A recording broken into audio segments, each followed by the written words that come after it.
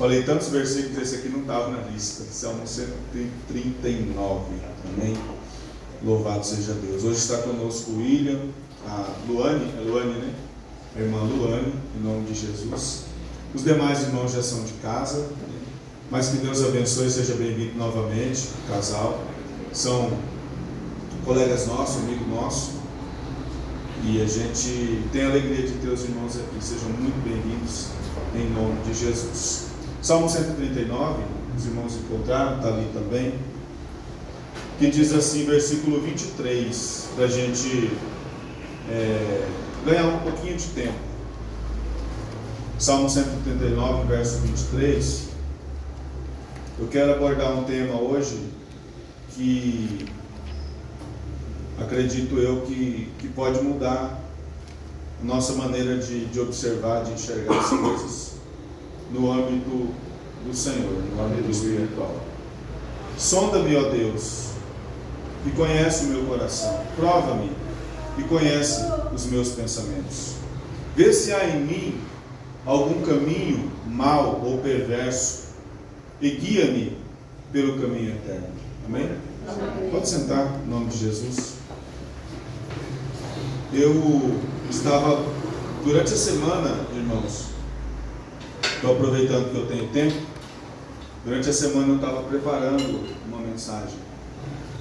Se tudo der certo, a gente ministra num outro dia, uma mensagem em Ezequiel 34.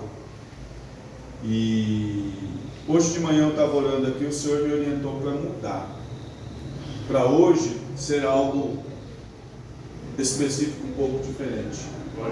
E eu à tarde fui buscando os versículos que o Senhor deu em relação ao tema, personagens, para nós entendermos o que o Senhor quer falar conosco.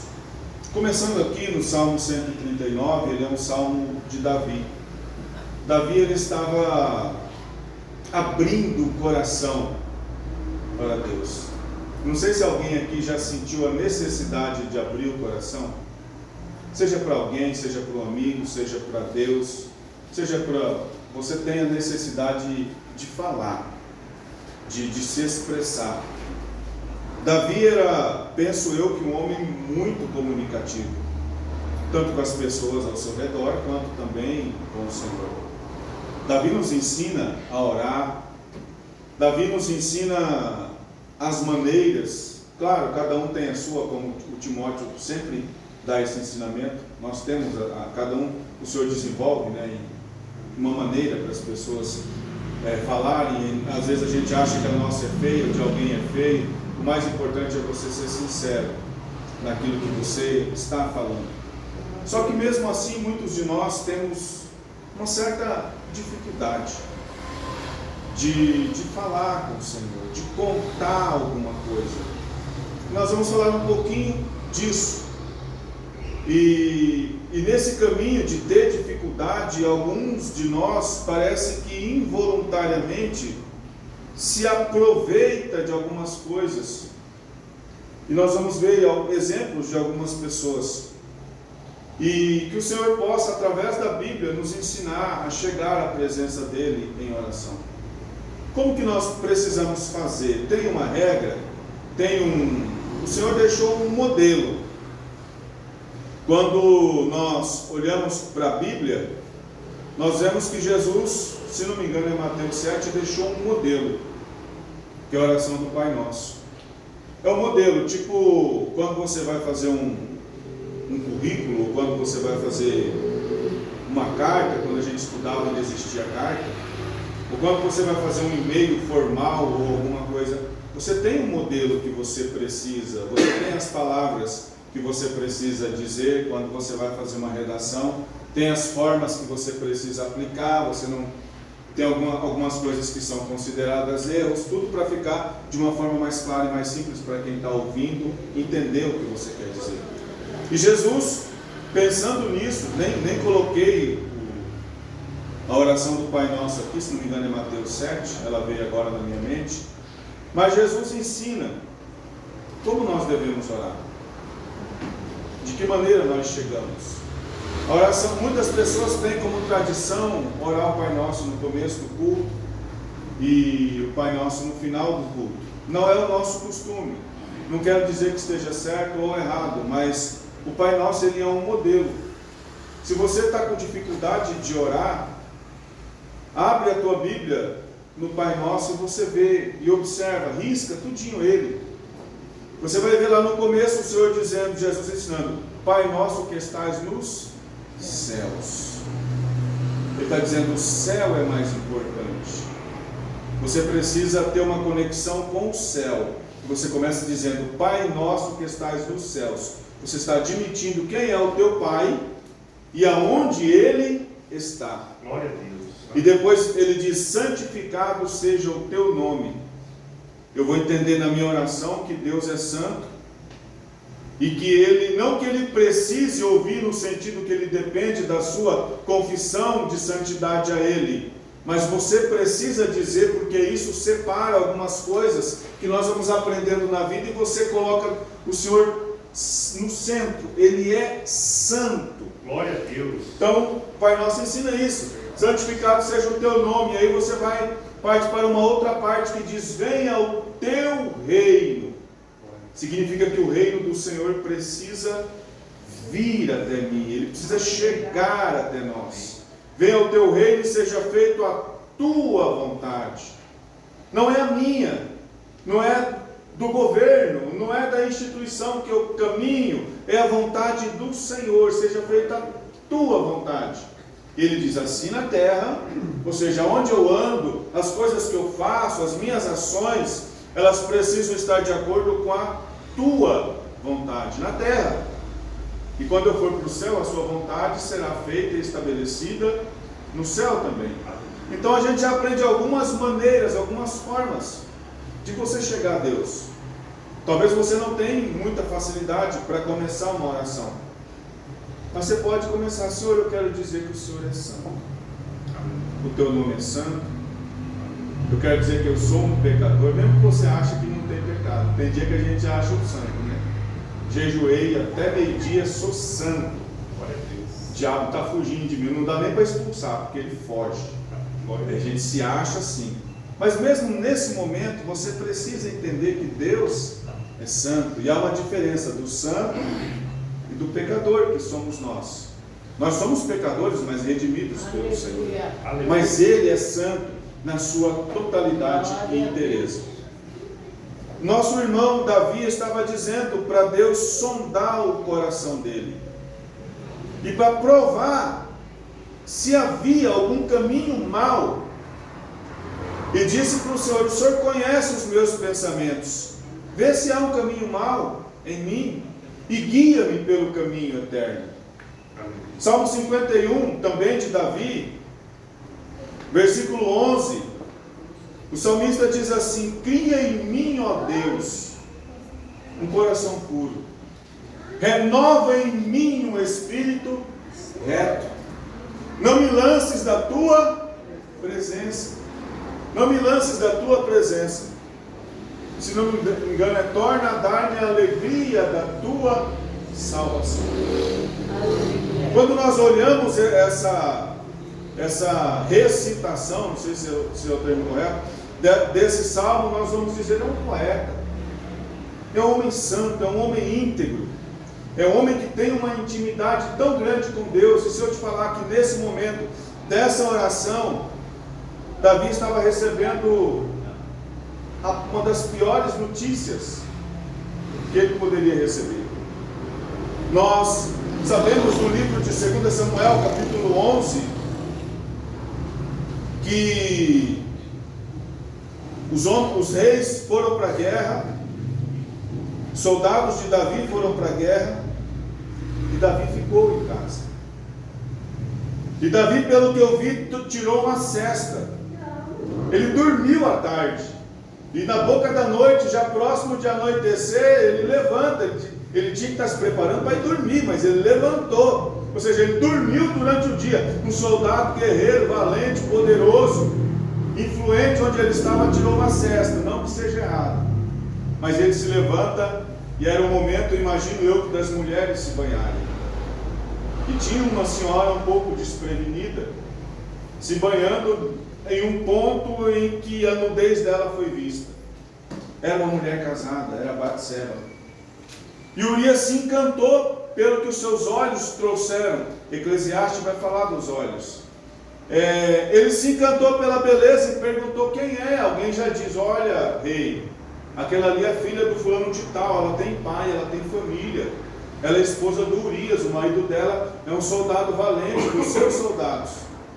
Nada disso teve importância para o rei. Ele disse: traga a mim esta mulher. Levaram a Batseba a ele. E a Bíblia faz questão de dizer que ela estava nos dias férteis da mulher. E eles tiveram um relacionamento. E a Batseba foi e voltou para casa. E Davi, imagino eu pensando: eu sou o rei, eu faço o que eu quero.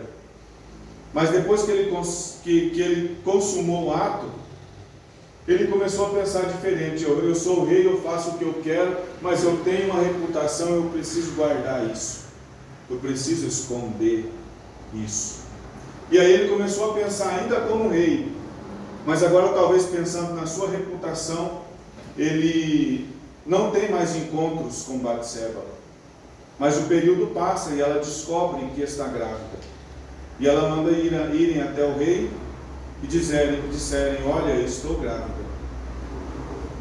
O que o rei pensa? Vou esconder o meu pecado. Ele está no meu coração, ele é real, ele existe, ele é verdadeiro, mas eu vou esconder. Como eu vou esconder? A Bíblia já relata que ele manda buscar o marido da mulher, mas eu imagino que ele passou um tempo pensando: o que eu vou fazer? Eu mato essa mulher, mando explodir alguma coisa lá, o que eu faço? Aí ele, maquinando o seu coração, maquinando a maldade, ele diz: traga Urias até aqui. Trouxe Urias. Embebedou Urias, deu comida para Urias, falou: vai Urias, para sua esposa, se alegra com ela, você está um tempão na batalha. Urias abaixou a cabeça e não foi. E dormiu no palácio ali em algum lugar. E alguém disse: Urias não foi até a sua esposa. E ele talvez pensando: estou começando a ter problemas. Chamou Urias, fez outro banquete, embebedou Urias. Vai para a tua casa, Urias. Se alegra com a tua esposa. Ele não estava preocupado com o soldado ver a esposa e se alegrar. Ele estava preocupado em esconder o seu pecado. E Urias, teimoso, homem de Deus, falou: não vou lá. A arca da aliança está em tendas. O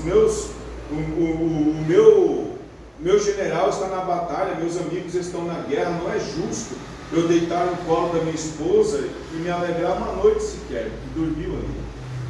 E alguém diz: Davi, Urias dormiu de novo aqui no palácio. Aí ele: o que eu faço agora com esse homem? Nem para ir para casa esse homem presta. Traz Urias aqui. Fez uma carta, deu na mão dele. Falou: entrega para Joabe, o seu comandante.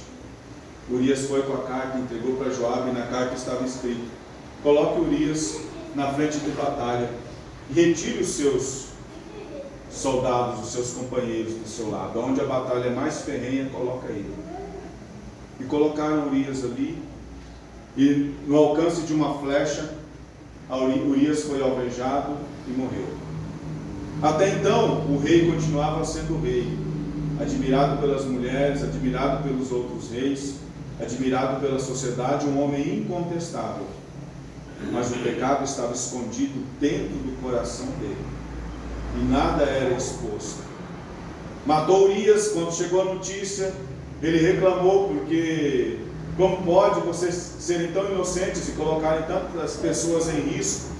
Aí a chave era: avisa que também morreu Urias. Quando Urias morreu, ele ficou tranquilo e falou: a espada leva mesmo as pessoas e tal, e aparentemente estava tudo tranquilo.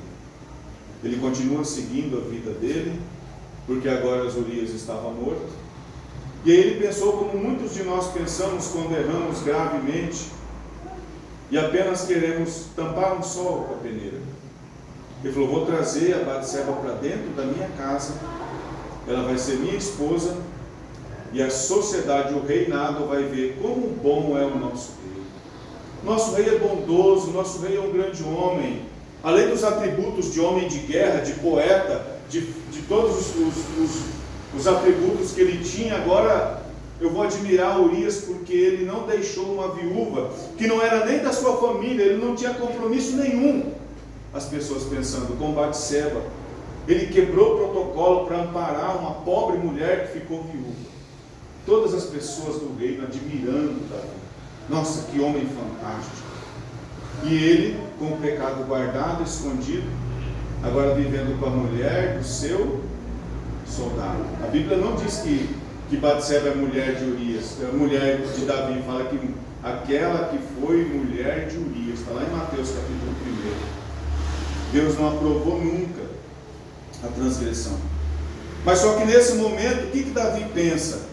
Está tudo ok, meu pecado está resolvido, e eu posso levar a vida. Sou admirado pelas pessoas, como sempre fui, agora ainda mais como um homem que adotou, que trouxe uma mulher para dentro de casa, para ela não ficar viúva e desamparada. Sou um grande homem, mas no fundo do coração ele sabia que havia cometido erros gravíssimos. Mas o fato da sociedade estar ao lado dele, estava tudo bem.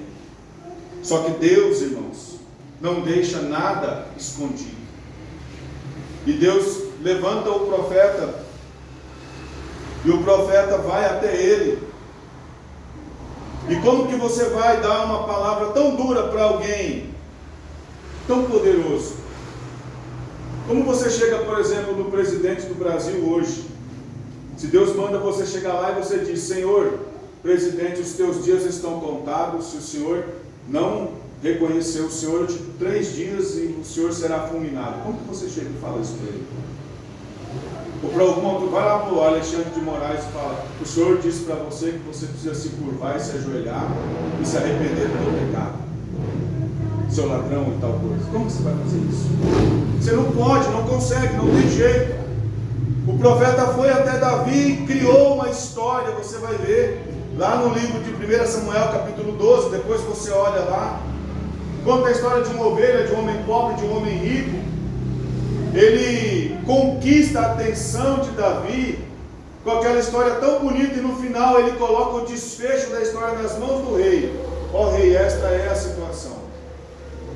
O rei se revolta e diz: esse homem deve ser morto, porque ele tinha muitas ovelhas, ele era rico, ele tirou a única ovelha daquele homem pobre, que ele seja morto e restitua 4 vezes o que ele roubou. O profeta já percebe que o cenário está construído e a autoridade já está sobre o homem de Deus, e o profeta diz no versículo 7 do capítulo 12: tu és o homem. Imagina, irmãos, um pecado tão guardado, tão escondido, dentro das 7 chaves do coração do homem mais poderoso da terra. Deus vai lá e abre as chaves e deixa o coração de Davi nu, glória a Deus, sobre uma mesa, e diz: você é esse homem. Aleluia. Essa denúncia faz com que Davi sinta, provavelmente, eu acredito que até desde antes disso, quando o pecado entra, Davi começa a perder a escrita dos salmos. Talvez ele pense: vou preparar um salmo, vou escrever algo, não sai nada. Ele fala: vou para o meu aposento, vou buscar o meu Deus, e não sai nada. Talvez ele fala: vou clamar ao Senhor, vou louvar a Deus, vou pegar minha harpa, vou cantar nessa solidão que eu estou no meu palácio, e não sai nada, porque quando o pecado entra e toma conta do coração, as coisas de Deus vão saindo de nós. Aleluia.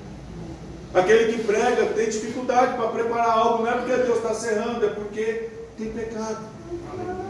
Aquele que canta não consegue cantar, está com dificuldade porque tem pecado. Aquele que congrega todos os dias não consegue mais, sente dificuldade, por quê? Porque tem alguma coisa para ser resolvida. É como se Deus não soubesse. Deus sabe, mas Ele precisa que o meu coração seja exposto. Quando o Senhor expôs Davi diante de um profeta, não é porque Deus era carrasco, porque era cruel, porque era maldoso, não, é porque Deus amava, como ama até hoje. E como nos ama? Quando Deus nos expõe à vergonha, não é porque Ele é cruel, porque Ele é maldoso e quer te ver chorando, não, é porque Ele ama. Glória a Deus. Ele ama tanto Davi que expôs o pecado, porque é só o pecado sendo exposto que eu tenho condição de me arrepender dele. Aleluia. E aí ele completamente desolado com aquela notícia. Passa um tempo, a criança nasce e a criança adoece. O Senhor havia dito que a criança morreria. E a criança nasce e fica doente. E Davi não come mais, faz jejum. E clama ao Senhor, clama com todas as suas forças. Naquela época não se podia ver o semblante triste de um rei, o rei tinha que estar sempre bem. E as pessoas que estavam em volta começaram a perceber que a fisionomia de Davi não era mais a mesma, ele não queria comer, ele não cantava mais, ele não escrevia mais, ele não se preocupava mais com a guerra, ele só se preocupava com o filho, não porque talvez o filho podia morrer ou viver, mas porque ali estava a consequência do pecado dele. Glória a Deus. E ele por uma semana clama ao Senhor. E passa o tempo determinado, a criança morre. Quando a criança morre, Davi se levanta, lava o rosto, come e segue a sua vida. E depois ele escreve o Salmo 51. Os irmãos podem ler lá. É um poeta, irmãos, que tem toda a intimidade com Deus, abrindo o coração e colocando, assim como o Salmo 139, e se colocando diante de Deus e mostrando com as suas palavras que o Espírito não estava mais nele. Não retires de mim o teu Espírito. Ele sentia já o Espírito sendo apagado. Torna a dar-me a alegria da tua salvação. Ele não sentia mais a alegria da salvação. Ele não sentia mais a felicidade de ser rei. Ele não sentia coisas básicas que nós sentimos hoje aqui no culto. Davi, homem segundo o coração de Deus, não sentia mais. Aleluia. Porque ele estava com algo queimando dentro dele, chamado pecado. E uma observação que nós temos aqui, que Davi escondeu o seu pecado por causa, talvez da consequência do Senhor, mas eu acredito que ele escondeu o seu pecado porque é muito mais fácil nós escondermos quando nós temos a aprovação das pessoas. Imaginemos que eu estou em pecado, irmãos, e o pecado me consome, mas os irmãos não precisam saber. O pecado está me derrubando, mas os irmãos não precisam saber. E quando vem o culto, tem mais pessoas do que ontem. As pessoas que olham para mim e dizem: o pastor Mariano é uma bênção. Olha o tanto de pessoas que tem na igreja. Depois que termina o culto, os irmãos ficam conversando ali. Olha o semblante de alegre desses irmãos. O pastor Mariano é uma bênção. E o que eu penso? Está tudo funcionando. Está tudo dentro dos conformes. Não tem nada errado. O negócio está andando. Quem sabe até Deus não se preocupa tanto com o meu pecado. Parece que as coisas estão normais. Só que quando Deus ainda tem um plano na nossa vida, Ele promove um escândalo. Ele promove algo duro para nós. Ele nos expõe à vergonha. Não é porque Ele é cruel e carrasco, é porque Ele é amor. Como diz 1 João, Deus é amor. E Ele não se importa de expor as nossas falhas, desde que seja para nós nos arrependermos. Glória a Deus. E nos voltarmos para Ele. Glória a Deus. O Davi não perdeu a popularidade, mas perdeu a presença de Deus. Talvez, irmãos, nós somos populares, mas não temos a presença. Somos grandes homens de Deus. A gente estava falando hoje, foi tremendo ali à tarde. A gente estava falando sobre imaginamos ali, a gente fez hoje uma mesa de ceia para a Camila, lá na Rosilene. A gente imaginou, né, Esther? Sabe aqueles, tipo aquelas votações que a gente faz, tipo de 1 a 10, quanto você acha que, tem muito disso, né? Aí nós falamos de 1 a 10, Você sendo avaliado pela sociedade de 1 a 10, de 0 a 10, o quanto as pessoas avaliam você como cristão? Se você é um alvo de pesquisa, o IBGE vai pesquisar o irmão Timóteo, de 1 a 10, as pessoas que o conhecem, quanto as notas que as pessoas dão a ele em relação a ele ser cristão? As pessoas falam: Timóteo congrega, Timóteo é uma bênção, tem uma palavra que já mudou muitas coisas na minha vida, ele é um grande homem de Deus. Eu dou um 8, dou um 9 para ele. A sociedade admira.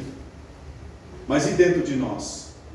Quando muda o conceito e o questionamento agora é você para você, de 1 a 10, 0 a 10, uma pesquisa escondida que ninguém vai saber, é só você. De 0 a 10, quanto é, sendo sincero, o teu nível em relação ao teu comprometimento com Deus? E aí você fala: é um 7. O Espírito Santo fala: não, filho, é menos, é 6. O Espírito Santo fala: pensa bem, será que é 6? E aquele negócio lá?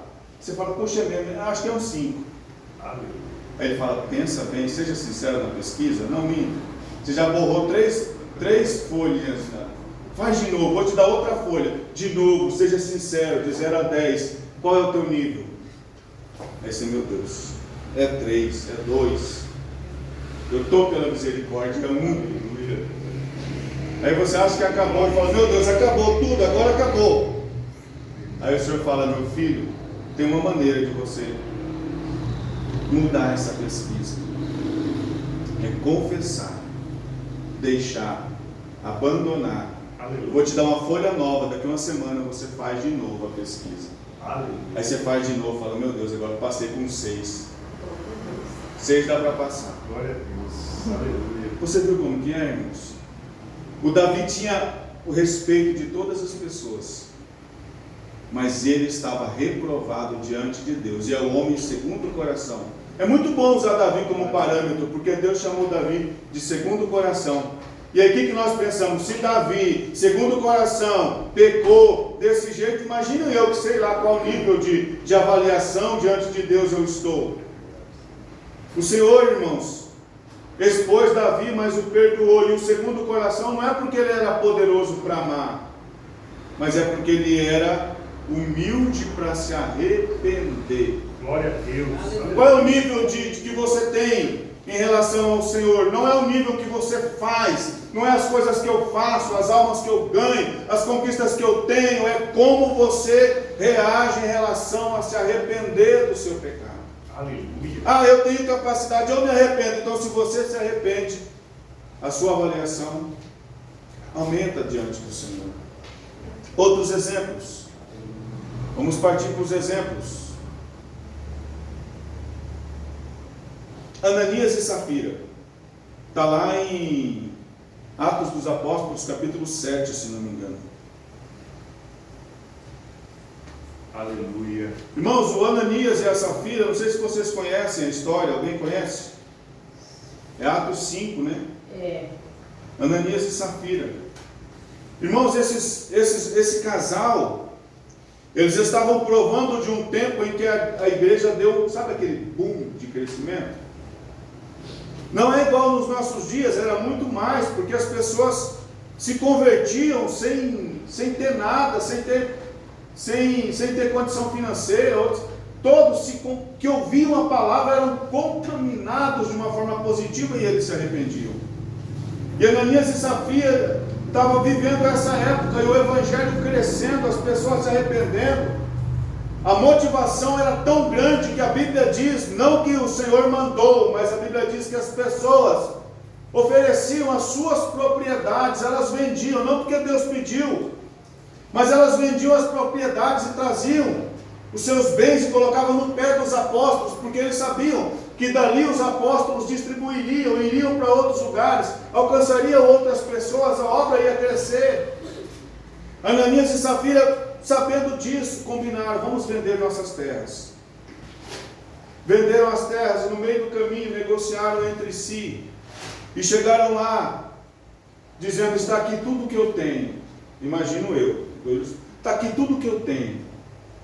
O Ananias chegou. Aí o Pedro, usado pelo Espírito de Deus, falou, por quanto você vendeu? descobriu que ele estava fraudando, mentindo. Aí ainda Pedro disse: não era necessário isso. O dinheiro não é teu? Fica com ele. Mas porque você mentiu para o Espírito Santo, você vai morrer. E ele cai morto. Passa meia hora, alguém arrasta o corpo, esconde ali. Chega a Safira com a mesma história. O apóstolo faz a mesma pergunta, ela mente também. E ela cai, morta. Por quê, pastor? Porque Deus queria o dinheiro deles? Não, mas é porque eles mentiram para o Senhor. Eles morreram ali, por causa da mentira. E o que eles queriam? Eles queriam a aprovação das outras pessoas. Eles não queriam se sentir menores do que as outras pessoas. Eu imagino, pela história. Talvez eles tinham um vizinho que também tinha uma fazenda, e o vizinho se converteu e deu tudo. E aí o que eles pensaram? O meu vizinho deu tudo, e agora eu só vou dar metade? O que meu vizinho vai pensar de mim? Que eu não sou crente igual ele, e eu não vou perder para ele. E aí foi lá e mentiu para Deus. Glória a Deus. E morreram. Aleluia. Porque mentiram para o Espírito Santo, morreram ali. Eles queriam a aprovação das pessoas. E o que isso custou? Custou a vida deles. Aleluia. Irmãos, às vezes nós queremos a aprovação das pessoas. Eu, como pastor, quero ser aprovado pelas pessoas. E para ser aprovado eu passo por cima do mandamento, da palavra, da verdade, porque eu quero ser aprovado. Eu quero muitas pessoas aqui. Eu quero a igreja cheia, eu quero muitas ofertas, eu quero muitas coisas. Eu quero ser aprovado. Eu minto para o Senhor e eu sou fulminado. Aleluia. Talvez Deus não permita a morte como era, porque o Deus é tão amoroso que vai te permitir uma oportunidade para se arrepender. Aleluia. Mas uma coisa que serve de lição que Ananias nos deixa: não queira medir a sua fé pelo outro que está do teu lado. Não compare a tua espiritualidade por alguém que está aqui. A pessoa talvez esteja aqui seca, mofa, e você quer comparar a tua espiritualidade com ele. Não, busque você com o Senhor. Coloque você, a sua vida espiritual diante de Deus. Não se compare nem comigo, nem com ninguém. O único exemplo justo é Cristo. Se compare a Ele, olha para Ele. Aleluia. Entregue sua vida para Ele. É isso que você precisa, que eu preciso, que nós precisamos. Segundo exemplo, Ananias e Safira. Terceiro exemplo, vamos ver se eu... Aqui. A viúva pobre. Lucas 21, 1 ao 4. Coloca aí, Diogo, por gentileza. Aleluia. A viúva pobre é o contrário de Ananias e Safira, irmãos. Aleluia. Olhando ele, viu os ricos lançarem as suas ofertas na arca do tesouro. E viu também uma pobre viúva lançar ali 2 pequenas moedas. E disse: em verdade vos digo, que lançou mais do que todos esta pobre viúva. Porque todos aqueles deram ofertas a Deus do que lhes sobeja, mas esta da sua pobreza deu todo o sustento que tinha. E dizendo alguns a respeito do templo, que estava ornado em formosas pedras. Ah não, só até ali. 4. Você prestou atenção aqui? Irmãos, essa viúva, ela estava talvez até intimidada, porque as pessoas iam até o ofertório, e alguns iam, eu imagino, que com aquele bolo de, não sei, vamos imaginar que é dinheiro hoje, aquelas notas grandes. E aí eles não iam com a notinha escondidinha e colocavam, eles iam tipo, tipo o Kiko, né? Colocava e ainda olhava ali, de repente esperando um clique, deu oferta. A viúva colocou as ofertas, talvez na palma da mão, e fechou. Chegou lá e colocou. Ainda o gasofilaço, se fosse igual ao nosso, faz aquele barulho. Todo mundo ouve que ela colocou uma moeda. E as pessoas em volta olham para ela e falam: olha, coitada dessa mulher. Ela deu só uma moeda. E Jesus levou os discípulos ali para ensinar. Jesus sonda corações, diferente de mim e de muitos que não têm acesso ao coração. E Jesus olha e falou: todo esse povo que ofertou aí, ofertou do que sobrava na carteira. Essa mulher deu tudo que tinha. E ela foi justificada. O Senhor recebeu a oferta dela. Glória a Deus. Às vezes nós vemos alguém dando uma grande oferta, falando de dinheiro. E você fala: nossa, esse irmão abençoa tanto. E agora, e a minha ofertinha de uma moedinha? Nós aqui não vamos diferenciar a oferta, porque nós não sondamos o coração, mas o Senhor, quando ela chega, o Senhor sabe o quanto foi ofertado, e o peso é diferente, porque é de acordo com o coração. Glória a Deus. Poderíamos estar falando de dinheiro, mas isso pode ser qualquer coisa. Aleluia. Não é só dinheiro, não se trata de dinheiro. O dinheiro foi um exemplo, mas isso trata de oferta. E oferta é a sua vida no culto, oferta é a sua presença, oferta é a sua oração, oferta é o seu bom dia alegre, o seu boa tarde, o seu boa noite, quando os irmãos estão aqui. Oferta é tudo que você expõe para alguém. Aleluia. Então a viúva nos mostra um exemplo contrário de Ananias e Safira. Ela não queria ser vista, na verdade ela queria até se esconder, mas o coração dela denunciou para o Senhor qual era a vontade que ela tinha dentro dela de fazer. Deixa eu ver se tem outro exemplo aqui. Ela não tem uma frase de efeito, não sou bom com frases, mas essa aqui ficou legal. O que ela tinha no coração era muito maior do que o que ela tinha no bolso. Glória a Deus. Aleluia. Quantos de nós temos mais no coração do que temos no bolso? Aleluia. Talvez nem é muito difícil, né, irmãos? Porque às vezes o bolso está vazio, mas o teu coração está queimando. Aleluia. O Glória a coração está Deus. motivado. Sim, ó Deus. O teu coração está desejoso. O teu coração quer. O teu coração anseia. O teu coração espera. O teu coração sonha. É esse o tipo de coração que o Senhor quer habitar, quer prosperar, quer abençoar. Aleluia. Então, irmãos, que nós possamos tomar posse. Jeremias 17:9 diz que o coração é enganoso acima de todas as coisas, desesperadamente perverso, quem o conhecerá? Quem conhece o coração do homem? Só o Senhor. A Bíblia diz que Ele sonda os corações, Ele observa os corações. Isso vale para tudo. Como nós estamos hoje, o nosso coração? Como você está? Aí alguém talvez falou: mas só eu vou levantar a mão que não estou bem? O Senhor vai falar: não, eu não estou perguntando em relação a quem vai se expor, eu estou perguntando em relação a você. Como você está? J. Neto tem uma música que fala: como está seu coração? Como está a sua fé? Chegou o momento de conquistar, né? O que Deus tem para você. Como você está? Como está teu coração? Nem todos aqui, irmãos, eu tenho certeza disso, nem todos aqui estão bem. Vamos ser sinceros, nem todos estão bem. Alguns de nós estamos muito bem com Deus, estamos muito resolvidos em todas as outras áreas da nossa vida, mas alguns não estão bem. Talvez não estão bem financeiramente, mas estão felizes. Talvez estão passando por uma dificuldade espiritual momentânea, mas estão bem na área financeira. Talvez estão com os relacionamentos em dia, mas a sua fé está pouca. Em alguma coisa nós estamos falhando. Nem todo mundo aqui está 100%. Aleluia. Se você olhar para o teu amigo do lado, ele vai dar um sorrisão, você fala: esse cara está bem. Mas vai olhar o coração dele. Glória a Deus.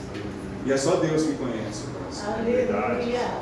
Então eu quero te convidar. Eu preparei um monte de coisa, mas fugi do roteiro. Eu quero te convidar a ficar em pé e fazer a avaliação. Como as pessoas lá fora te veem? 0 a 10. Como você acha que as pessoas te veem? Como as pessoas nos veem é importante, porque nós somos propagadores do reino de Deus. Então é importante que as pessoas nos vejam bem. Sim, é importante. Mas às vezes nós nos preocupamos tanto com como as pessoas nos veem, que esquecemos de como nós estamos. Às vezes nós temos um pecado escondido, não confesso, que está acabando com a gente. Nós estamos desanimados com tudo por causa disso. Mas hoje, em nome de Jesus, é noite de nós colocarmos isso para fora. Glória a Deus. Aleluia. Você tem coragem de colocar para fora? Você vai fazer uma oração. Não vou pedir para você se expor, a menos que você queira. Mas você vai colocar para fora: Senhor, eu não estou bem. Irmãos, Deus quer ouvir que você não está bem. Às vezes a gente enrola tanto e finge que está bem, até na oração. Conhece alguém que finge que está bem na oração? Como se Deus não soubesse. A gente finge que está em dia com os pecados na oração, como se Deus não soubesse.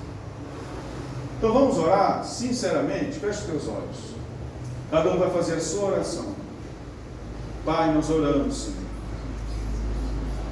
Eu não sei qual é a área, Pai, que estamos escondendo coisas como Davi ou como Ananias e Safira.